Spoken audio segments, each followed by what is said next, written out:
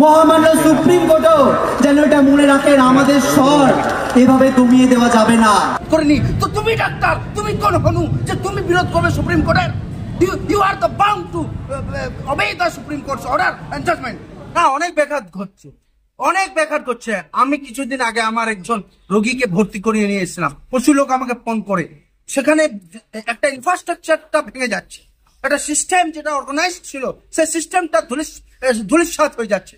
কি পেয়েছেন আপনারা অঙ্গীকার নেবেন আগামী আপনারা ডাক্তার বা কেউ এমবিবিএস পাস করে আছে, এমডি পড়ছে, তো তারা শপথটা ভুলে গেছেন যে ডাক্তার একটা ইম্পর্টেন্ট জিনিস, মানুষের শিক্ষা স্বাস্থ্য।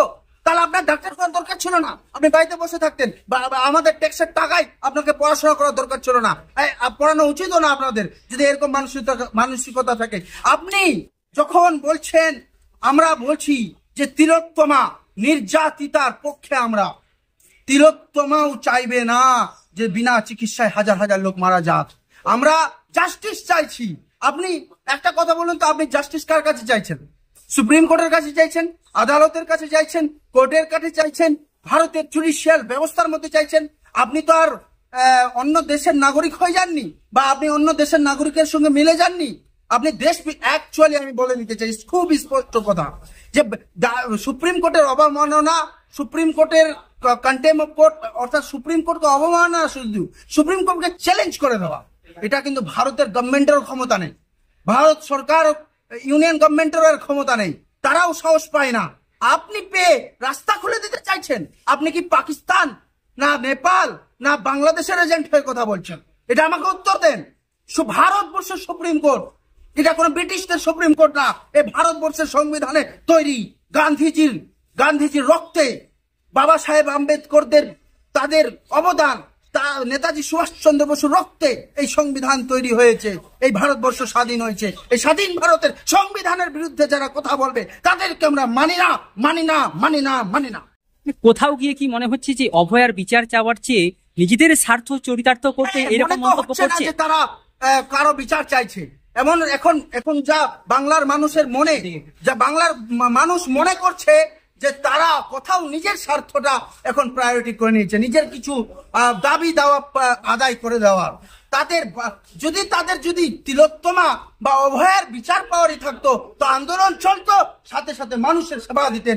আমরা বলতেন যে আমরা মানুষের সেবা দিয়ে আন্দোলন করব। এই চ্যালেঞ্জ নেন, আমরা মানুষের সেবা দিয়ে, আমরা চিকিৎসা ব্যাঘাত না ঘটিয়ে আন্দোলন চালাবো।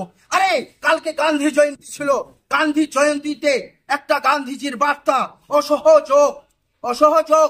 কিন্তু অসহযোগের মানে এই নয় যে আমরা কর্ম ছেড়ে দিয়ে মানুষকে বিপদে ফেলে অসহযোগ করব। অসহযোগ করার একটা সিস্টেম আছে, এটা গান্ধীজির আদর্শকে বুঝতে হবে, এই সিস্টেমে আসতে হবে। You have to obey the system of Gandhi. Doctor, junior ডাক্তারদেরকে আমি এটা বুঝিয়ে দিতে চাই, বলে দিতে চাই, অনুরোধ করতে চাই।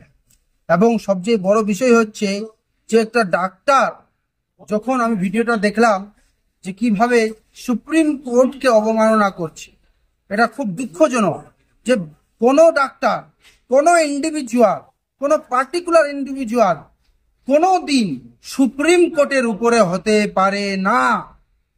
ভারত এটা বুঝে নিতে হবে, যে কোনো প্রফেশনাল, যে কোনো মানুষ, যে কোনো সিটিজেন এটাকে বুঝতে হবে।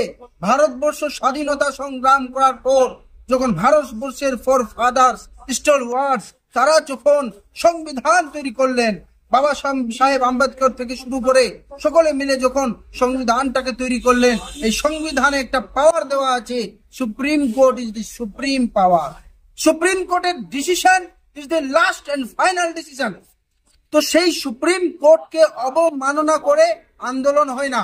সুপ্রিম কোর্ট কোনো ভুল অর্ডার দেয়নি, সুপ্রিম কোর্ট অর্ডার দিয়েছে মানুষকে, বাংলার মানুষদের, জনসাধারণকে দেখে, যে জনসাধারণ যেখানে দিনের পর দিন কর্মবিরতির করে বিনা চিকিৎসায় মারা যাচ্ছে, তখন সুপ্রিম কোর্ট যখন হিউম্যান বিহেভিয়ার সহ ভারতবর্ষের জনতার দুঃখ দেখার পরে উনি করলেন যে আন্দোলন তো সাংবিধানিক অধিকার, কিন্তু কর্মবিরতি করে আন্দোলন নয়।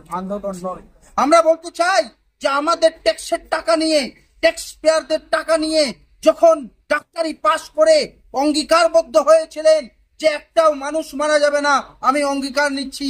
আপনার সেই অঙ্গীকার গেল কোথায়? আজকে কত বড় সাহস! এটা তো আমি মনে করি আপনি ক্ষমা চান সুপ্রিম কোর্টের কাছে, সুপ্রিম কোর্ট ক্ষমা করে দেবে। কিন্তু যদি সুপ্রিম কোর্টের কেউ অবমাননা করে, তো দেশে এবং রাজ্যে বিশৃঙ্খলা সৃষ্টি করার চেষ্টা চলছে। সুপ্রিম কোর্টকে অবমাননা করা যায় না। ইভেন আপনার সুপ্রিম কোর্টের ডিসিশনের সঙ্গে, অপিনিয়নের সঙ্গে মত নাও মিলতে পারে, কিন্তু আপনি সেটাকে একটা জায়গা আছে ওটার সঙ্গে অমিল পোষণ করার। কিন্তু সুপ্রিম কোর্টকে অবমাননা করা, যে আমি সুপ্রিম কোর্টকে মানবো না, একজন উকিল হয়ে কলকাতা হাইকোর্ট এবং সুপ্রিম কোর্টে প্র্যাকটিসিং অ্যাডভোকেট হিসাবে আমি এটা কখনোই মেনে নিতে পারবো না। আমি কেন, বাংলার কোনো মানুষ, আইন শান্তিপ্রিয় মানুষ, আইন মান্যকারী মানুষ, ভারতবর্ষের সংবিধানকে সম্মান করা মানুষ এই কথা মানতে পারবে না? ডক্টর, যদি সেই ডক্টররা ইমিডিয়েটলি ক্ষমা না চায়, তো সুপ্রিম কোর্ট অবশ্যই, আমি মনে করি, মাননীয় মহামান্য সুপ্রিম কোর্টের প্রধান বিচারপতি এর বিরুদ্ধে সজ্ঞান কগনিজেন্স নেবে এবং কন্টেম অফ কোর্টের ধারায় তার বিরুদ্ধে, সেই পার্টিকুলার ডাক্তার এবং তাদের বিরুদ্ধে মামলা দায়ের করবে। যখন সাধারণ মানুষ চিকিৎসা পাচ্ছে না, জুনিয়র ডাক্তাররা তারা কিন্তু সাফাই দিচ্ছে, তারা বলছে সিনিয়র ডাক্তাররা তো রয়েছে, তাহলে আমরা তো সেরকম কিছু পার্ট নয়, আমাদের দ্বারাই, আমাদের না করাতে চিকিৎসা ব্যাহত হচ্ছে না। না, কেন ব্যাহত হচ্ছে না? জুনিয়ররা অনেক কাজ, অনেক জুনিয়ররা অনেক রকম কাজ করে, জুনিয়রদের অনেক রকম সিনিয়রদের হেল্প করতে হয়। এবং আমি বলি যে সিনিয়র ডাক্তারদের বিরুদ্ধে আন্দোলন করছে না কেন? সিনিয়র ডাক্তাররাও তো অনেক সময় রুগীকে মেরে ফেলে দেয়। আজকে আমি যেটা খবর পাচ্ছি, পিজিতে যে সুস্থ রোগীকে ভর্তি করে রেখে ছুটি দেওয়া হচ্ছে না, বলছে আমার তো কোনো অসুখ নেই, প্যারাসিটামল খাইয়ে দিচ্ছেন, আমাকে ছুটি দেওয়া হোক। কিন্তু investigation, it should be investigated by the authority, যে তাদেরকে ছুটি দেওয়া হচ্ছে না, যেন যারা খারাপ অবস্থায় রোগী আছে সেই রোগীগুলো ভর্তি না হয় এবং তাদের বার্ডেন না থাকে। সেই সিনিয়রদের বিরুদ্ধে আপনি আন্দোলন করছেন না কেন? সেই আর ডাক্তারদের বিরুদ্ধে আন্দোলন করুন। যদি আপনার চিকিৎসায় ব্যাঘাত ঘটছে না, তো কি করে মানুষ মারা যাচ্ছে, কি করে বিনা চিকিৎসায় লোক মারা যাচ্ছে? আমি সহ উদাহরণ দিয়ে দিতে পারবো কোথায় কোথায় ঘটনা ঘটেছে। তাহলে এটা আপনি মিথ্যা কথা বলছেন। আর আপনাকে কে অধিকার দিল? ভারতবর্ষে যখন রাম মন্দিরের রায় দেওয়া হয়েছিল, মুসলমানরা কিন্তু বিরোধ করতে চায়নি। এটা স্পষ্ট বলতে চাইছি, সুপ্রিম কোর্টের বিরোধী করেনি, তাদের ধার্মিক আস্থার উপর একটা রায় হলো, সেখানে বিরোধ করেনি। তো তুমি ডাক্তার, তুমি কোন হনু যে তুমি বিরোধ করবে সুপ্রিম কোর্টের? You are the bound to obey the Supreme Court's order and judgment. আমি বলতে চাই, জুনিয়র ডাক্তাররা প্রাইভেট হসপিটালদেরকে বন্ধ করে দিচ্ছে না কেন? ওনাদের যদি এত সাহস থাকে, মানে একদিকে কি আপনারা চাইছেন প্রাইভেটে চাইছেন বাড়ুক? আপনারা কি চাইছেন যে ভারতবর্ষের গরিব মানুষ চিকিৎসা না পাক? টাকা দিয়ে চিকিৎসা নিতে হবে? তাহলে আপনি ট্যাক্স পেয়ারের পয়সা দিয়ে আপনাকে করিয়ে কোনো লাভ নেই। ভারতবর্ষের সংবিধানের আপনি তাকে তুলে সুপ্রিম কোর্টকে চ্যালেঞ্জ করে, তাহলে আমি তো এখন আশ্চর্য হচ্ছি যে সুপ্রিম কোর্টকে আমি অনুরোধ করব, মাননীয় মহামান্য বিচারপতি, প্রধান বিচারপতিকে অনুরোধ করব যে অবশ্যই সুপ্রিম কোর্টের অর্ডার কেউ না মান্য করলে, তার কিন্তু ব্যবস্থা না নিলে সে কিন্তু বেড়ে যাবে, তারা কিন্তু বিশৃঙ্খল হয়ে যাবে এবং ভারতের আইন ব্যবস্থাকে চ্যালেঞ্জ ছুড়ে দেবে, সংবিধানের বেসিক স্ট্রাকচারকে, ইনফ্রাস্ট্রাকচারকে চ্যালেঞ্জ ছুড়ে দেবে। এই চ্যালেঞ্জিং যেন না হয়, এই জন্য এই ডাক্তার, এই কালপ্রিট, আমার মনে হয় আরো জুনিয়র ডাক্তার মনে হয়তো সাপোর্ট এটা করছে না, কিছু এদের নেতা মাথাগুলো এই সব করছে। এই নেতা মাথাগুলো একটু ব্যবস্থা হওয়া উচিত।